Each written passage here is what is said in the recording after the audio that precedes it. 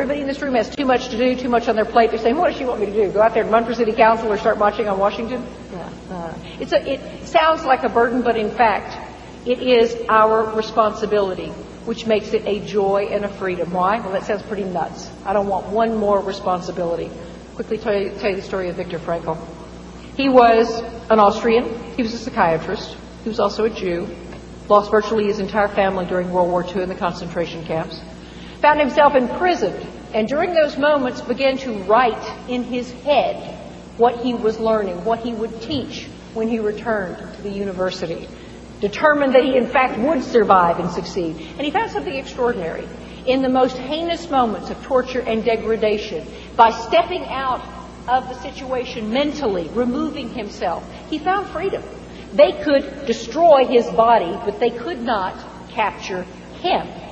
And in that, he came up with a couple of principles. He discovered that between stimulus and response, the torture, his response, he had a moment in time where he had complete freedom to choose his response. He absolutely could choose whether to succumb or whether to remain free. And he did so. And in that, he redefined the word responsibility. It was simply the ability to respond. Now, that's an extraordinary notion, because as we are disaffected and disillusioned, we're giving up our responsibility. We can't do it. Everything is outside our reach, and what we're giving up is the ability to respond to circumstances that do not go as we would like them to go. Things that are not turning out, whether it be in the family, the community, the workplace, or our government, as we would like them. We are abdicating power to make change in the world. And it's extraordinary because we all have that right here, right now with us. Let's give you the easy example. Let's say I come down to you and say, I don't know what you did last night, but you must have been out way too late because you look terrible. And she's got a very serious look on her face. You look marvelous, darling. I'm just picking on you. In fact, what should she do? Now, I'm an external stimulus. If she goes, oh my God, I look terrible, what in the world is she letting me do that to her for? How many of you look out the window and if it's raining, you're depressed? If it's sunny, you're happy? What in the world are you letting the weather change who you are and what you are? We are constantly being told we don't have a role in government. We cannot bring about monumental change. And yet it's not true. We do have the ability to respond. Ask Nobel Prize winner Jody Williams, who lives in a little cabin in Maine, who created a ban on landmines around the world all by herself on the internet. All by herself on the internet. Just extraordinary. But she knew. She had the ability to respond. She had something she was going to change, and by George, she turned the world upside down. Now, I had this wonderful phrase that has always meant a great deal to me, and I would rally around it when I needed boosting, when I needed to remember what I'm saying to you is true. It was a statement by anthropologist Margaret Mead. She said, you know, the world, never forget that the small number of people can change the world, because in fact that's the only way it ever has. A small number of people can change the world. That's the only way it ever has. Very empowering, right? Well, all of a sudden, a couple of months ago, it took on a whole new meaning for me. I was sitting on the runway out at Newark Airport, waiting to fly to the West Coast at 8:47 a.m. And I looked out the window and saw one of the World Trade Towers in smoke. And we all on the plane said, my God, who's going to run a little, what? Didn't know what to do, sat and watched, and we watched the second plane hit the towers. Now, the plane that went into the ground in Pennsylvania took off about 30 minutes before my flight was to leave. And we know what happened there. What came home to me was two things. One, 19 people, 19 hijackers were able to kill thousands, cost this country billions of dollars, shut down our entire transportation system, and bring fear into the heart of every American and an awful lot of people around the world. 19 human beings.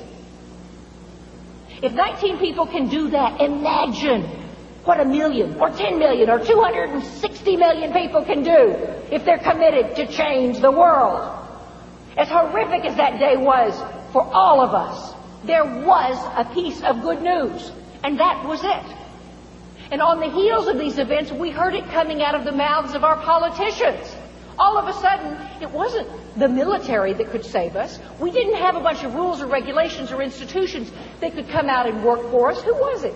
Well, it was the firefighters. It was the cops. It was the EMS workers. It was volunteers who I saw there in the city lining up to bring sandwiches or bring water or open their homes for people who were wandering the streets covered from head to toe in dust, who lined up for miles to give blood. The people across this country who instantaneously responded. We raised over $300 million in the 2 weeks after this event. $300 million! Now, my God, if we could all put our pennies and quarters together to respond to the victims of 9/11 that quickly, why can't we fix all the problems facing us? Give me one reason why we can't do that for other problems in this country. Nobody in this room can, because it's simply whether or not we express a dedication and whether or not we act upon that sensation. That's all it takes. And what we heard from the Secretary of Defense really brought it home to me. When we were going to send out the troops, when we were going to respond to this, what did he do? He sent a handful of commandos. You know, he didn't send over the entire army. We followed up with little bombing and a few military apparatus after that. But the first guys in there were literally a handful of commandos. And what Rumsfeld said was, where we're lacking is not high-tech stuff, not the big weapons, not the future Star Wars enterprise to go on in our space system. He said, what we're missing is human intelligence. What we need is people who speak Farsi, people who can hit the streets in the Middle East and blend in. My God, John Walker was able to blend in and meet Osama bin Laden. Somebody want to tell me why the CIA can't do the same thing? Because they're all sitting in their offices, hanging out in the embassies, not speaking the language in the countries they exist in, governed by rules and regulations that tell them they cannot talk to anybody that is disreputable or beyond our code of conduct. In other words, we've let our intelligence system go right down the toilet. But the important thing was, he said, that's what we need. We need people. One person here and one person there. It was one Egyptian double agent that stopped the bombing at the Holland Tunnel in New York a couple of years ago. One person who staved off a similar incident to 9/11. That would have killed thousands, would have turned the city upside down. So what we're talking about here is understanding that we have the ability to respond, and secondarily, taking the hardest step of all, and the step that is leaving us and abandoning us all along the way, and that is acting upon that understanding.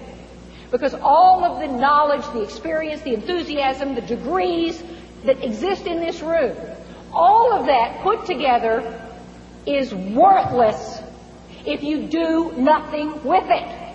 If you do not act upon it, it means nothing. You can talk in your meetings. You can have your conferences. You can all pat each other on the back. But if you don't go home and put it to use, if you don't exercise what you know and what you've learned, this time has meant nothing. And the same thing holds true for our role as citizens.